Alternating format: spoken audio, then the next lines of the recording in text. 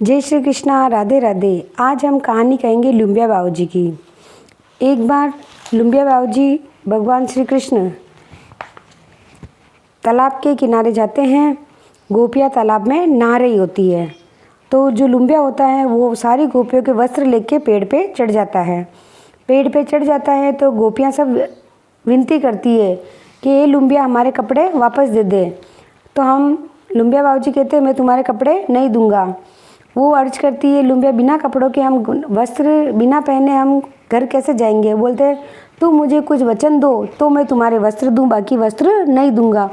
तो गोपियाँ काफ़ी अर्ज करती है, फिर भी लुम्बिया मना कर देता है। लास्ट में गोपियाँ हार कर कहती है जैसा तुम बोलोगी वैसा हम तुमको वचन देंगे।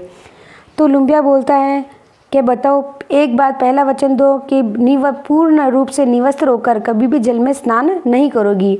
तो गोपियाँ वचन देती है कभी भी पूर्ण रूप से निवस्त्र होकर जल में स्नान नहीं करेंगे। दूसरी बात कि कभी भी कहानी कथा कहने के बाद अगर मेरी कहानी नहीं कहोगे तो सारी कहानी का फल मुझे होगा। तो उन्होंने ये भी बात स्वीकार कर ली कि भाई हमेशा कहानियों के बाद लुम्बिया बाबूजी की कहानी कहेंगे, नहीं तो फल नहीं मिलेगा।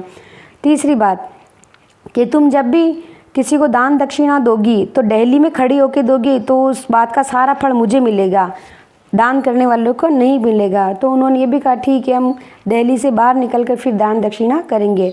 चौथी बात, लुम्बिया बाबूजी कहते हैं अगर तुमने किसी को भी साड़ी दी, साड़ी पे ब्लाउज पीस नहीं रखा तो उसका भी धर्म मुझे मिलेगा। तो सखियों ने बोला ठीक है हम जिसको भी साड़ी देंगे तो उसके पास ब्लाउज पीस रखेंगे, नहीं तो ये भी धर्म तुमका होगा। फिर इस प्रकार से लुम्बिया बाबूजी कहते हैं कि अब मैं तुम्हारे वस्त्र दे रहा हूँ, तुम मेरी बातों को ध्यान रखना। और इसीलिए कहानियाँ सुनने के बाद अगर लुम्बिया बाबूजी कहानी नहीं सुनते हैं तो हमारी सारी कहानियों का फल लुम्बिया बाबूजी को मिल जाता है। तो लुम्बिया बाबूजी की जय।